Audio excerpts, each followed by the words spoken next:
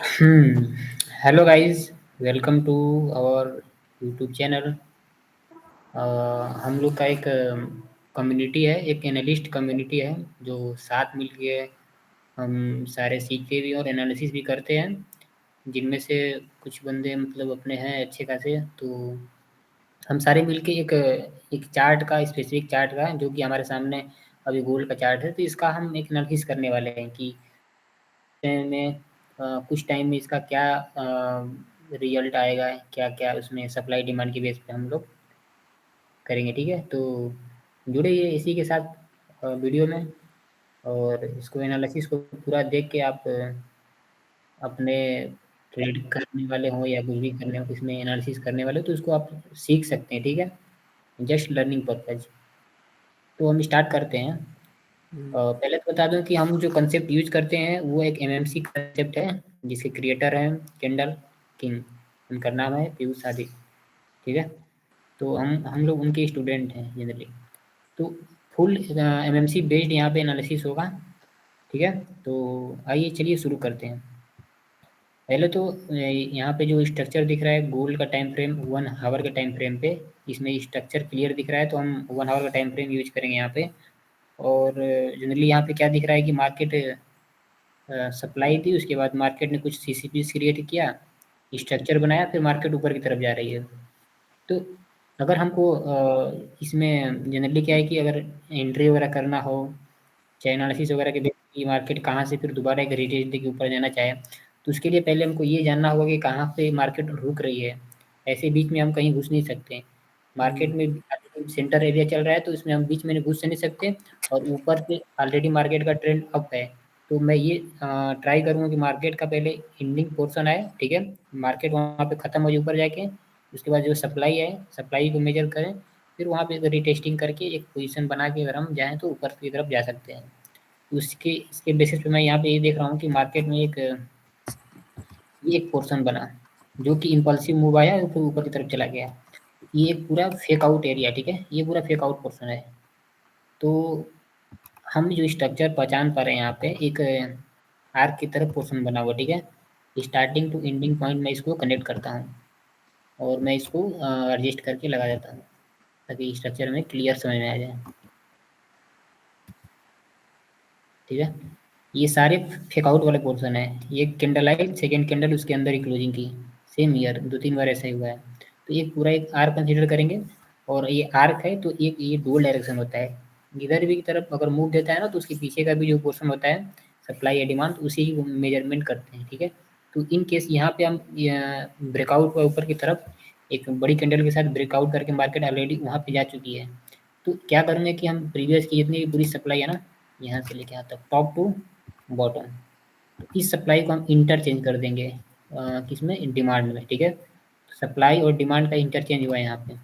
तो अभी ये पोर्शन से देखते हुए पता चल पा रहा है कि अभी मार्केट में अभी तो डिमांड कंप्लीट नहीं हुआ, ठीक है? तो पहले वेट करें कि एक्चुअल में एक डिमांड कंप्लीट हो, उसके बाद सप्लाई सप्लाई में अगर आना चाहें तो वो भी आ सकते हैं, नहीं तो फिर हम वेट कर भी सकते हैं, फिर सप्लाई को मेजर करके फिर ऊपर की तरफ जा सकते हैं। तो पहले इस पोर्शन को मैं मेजर कर लेता हूँ वेफेड के जरिए,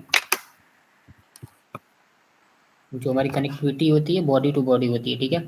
इसको होल्डिंग वॉल्यूम बोलते हैं। तो अभी सप्लाई की जितनी भी होल्डिंग वॉल्यूम है, इसको मैंने एक जस्ट राइट साइड में पेस्ट कर दिया, ठीक है? तो हमारा जो भी सप्लाई था इंटरचेंज हो गया डिमांड में, और ये हमारा एक क्वांटिटी बॉक्स है, जो कि मार्केट यहाँ से जनरली रिवर्स करना चाहिए, ठीक है? सप्लाई डिमांड इंटरचेंज, तो यहाँ पे एक रिवर्सल एरिया हो गया, और ये हमारा रिसेंट का एक वॉल्यूम बस्ट हो गया, ठीक है? Volume bust market, volume bust का यहाँ पे क्या रोल है कि जनरली अगर मार्केट में यहाँ पे कोई बियरिश कैंडल दिखती है, ठीक है? तो हम यूज कर सकते हैं उसको। अगर इन केस मार्केट ये ऊपर वाले हाई को ब्रेक करके फिर मार्केट का क्लोजिंग नीचे की तरफ हो जाती है ना, तो भी हमारा ये रिवर्सल एरिया हमारा ये वाला स्टिल वैलिड रहेगा। जब तक इसके अंदर एक इसके ऊपर एक स्ट्रॉन्ग कैंडल क्लोजिंग नहीं देती है, और उसकी नेक्स्ट वाली कैंडल कंटिन्यू नहीं करती है ना, तब तक ये वाला पोर्शन वैलिड रहेगा, नहीं तो फिर ये अनवैलिड हो जाएगा, ठीक है? तब तक मैं यहाँ पे क्या चाहूँगा कि ये तो मार्केट जा रही है, ठीक है? अभी डिमांड कंप्लीट नहीं हुआ है, तो हम डिमांड के साथ ही चलेंगे लोअर टाइम फ्रेम पे।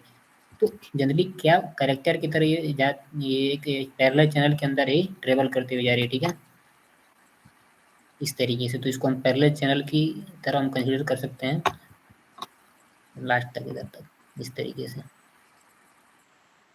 ठीक है। तो ये पूरा जितने भी एरिया ना, ये सेंटर एरिया, ठीक है। अभी भी मार्केट में अभी जो फॉर्मेशन हो रहा है पूरा सेंट्रल एरिया की तरफ रिएक्ट कर रहा है। तो मैं क्या चाहता हूँ कि अभी भी डिमांड बाकी है, तो मार्केट का जो भी इस पैरेलल चैनल का भी ब्रेकआउट हो, तो ये प्रीवियस की यहाँ से लेके यहाँ तक जो भी डिमांड है ना, वो यहाँ से रिपीट हो सकती है, ये वाले पोर्शन से। मे बी ये वाले पैरेलल चैनल को ब्रेकआउट में भी आज कर सकती है, नहीं भी करेगी तो अगर कल कर सकती है तो ये हम डिमांड लगा के यहाँ से प्रीवियस की उठा के और फिर ये रिवर्सल यहाँ पे, ठीक है। तो दो दो रिवर्सल एरिया मल्टीपल यहाँ पे वेरिफिकेशन करने के बाद भी दिख रहा है कि मार्केट में हमारा जो एग्जैक्ट हमने रिवर्सल एरिया लगा रखा है वो प्रॉपर वर्क कर रहा है, ठीक है। यहाँ से मतलब मल्टीपल एविडेंस बन रहे हैं। तो कोई भी हम जब एनालिसिस करते हैं तो उसमें दो तीन एविडेंस होना बहुत ज़रूरी होता है, ताकि हम अपने ठोस सबूत को लेके किसी भी डायरेक्शन में हम ट्रेंड के साथ जा पाए, ठीक है। तो ये तो हो गया टेक्निकल एनालिसिस के बेस पे, और मार्केट इस तरीके से जा रही है। तो यहाँ पे कोई बेयरिश पैटर्न दिखता है और एक रिटेस्ट ग्रोथ चलता है, ठीक है। फिर उसके बाद ये है एक गोल्ड का मेरा व्यू, ठीक है, जो कि आने वाले कल दोपहर तक या कल तक वैलिड रहेगा। Okay, that's it. और मैं इसका आप लोग को इमेज कम्युनिटी पोस्ट पे डाल दूंगा, ठीक है। और आप लोग वीडियो को देखिए और एंजॉय कीजिए, लर्न कीजिए। और आपको अगर अच्छा लगे तो नीचे लाइक का बटन है, पे क्लिक करके अपना जो भी इच्छा व्यक्त कर सकते हैं लाइक के थ्रू। Okay, thank you.